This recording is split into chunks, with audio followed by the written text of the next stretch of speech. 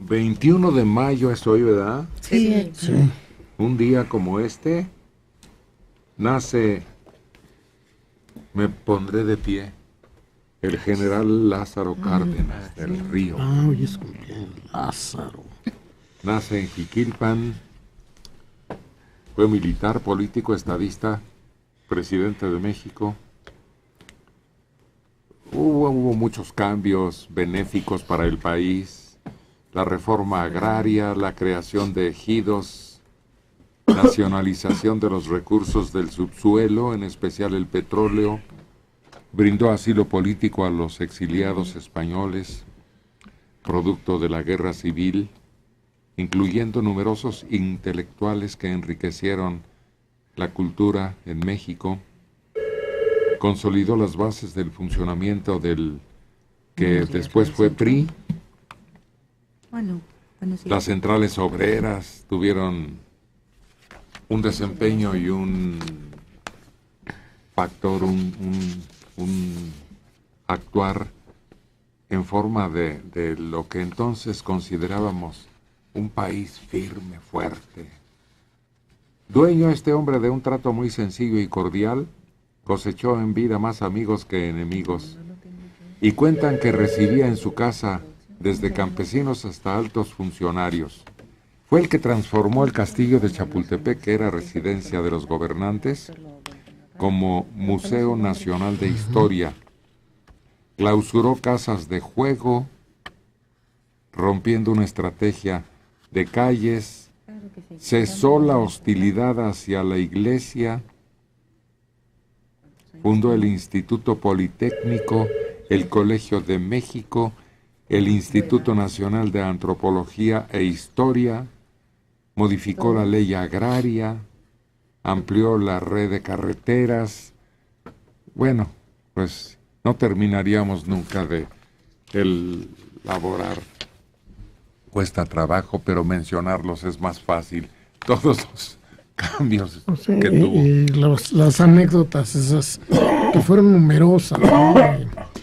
Ejemplos de sencillez, de que estaba en una gira y de repente se apartaba, se metía a una casa humilde y ahí se pasaba, ahí comía con ellos, sabía ponerse de cuclillas, no estaba incómodo como ellos, y comiendo tacos preparados con lo que tenían.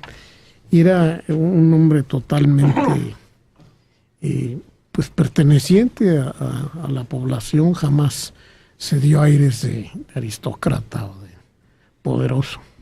Era un hombre que nadaba como disciplina, como entretenimiento, como un modo de fortalecer su cuerpo. Y hay una anécdota muy simpática que iban en barco a un puerto de Tabasco. Y entonces algo pasó que no podían llegar, el barco tuvo que anclar lejos de la costa y no pudo llegar a su destino para desembarcar. Entonces él, viendo a distancia la playa, dijo, bueno, pues tendremos que llegar nadando.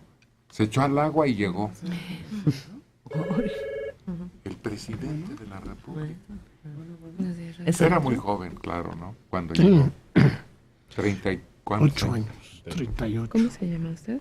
Eso te habla de su espíritu, de su fortaleza y de que sabía ser líder, porque al lanzarse él se lanzaban todos. Pero después de que mencionaste parte de lo que hizo, que son instituciones que a la fecha tienen prestigio y tienen una reputación y han salido generaciones de profesionistas talentosos, estuvo 60 años en la presidencia, ¿no? ¿O cuántos? Porque para hacer todo esto, yo mi experiencia que tengo, no les alcanza más que para robar. Pero así para crear instituciones de este nivel. ¿Por qué la pregunta? 60 años, no, estuvo 6 igual que todos. Pero se comprometió y sabía que estaba ahí para trabajar y para hacer crecer el país. Trataba de superar a Calles, que también dio un despegue muy benéfico para el país. Entonces, entre ellos dos, hicieron lo que después nos tocó a nosotros. Pues viva la competencia. Porque si a eso los llevó, qué bueno. Él creó toda esa zona que ahora está en tanto conflicto de tierra caliente. Son tierras que él repartió. Y por eso es tan difícil ahora el acceso.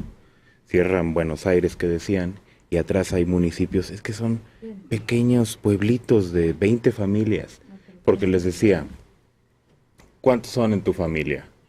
Pues 3 familias, mis hijos, ¿no? Que ya tienen hijos.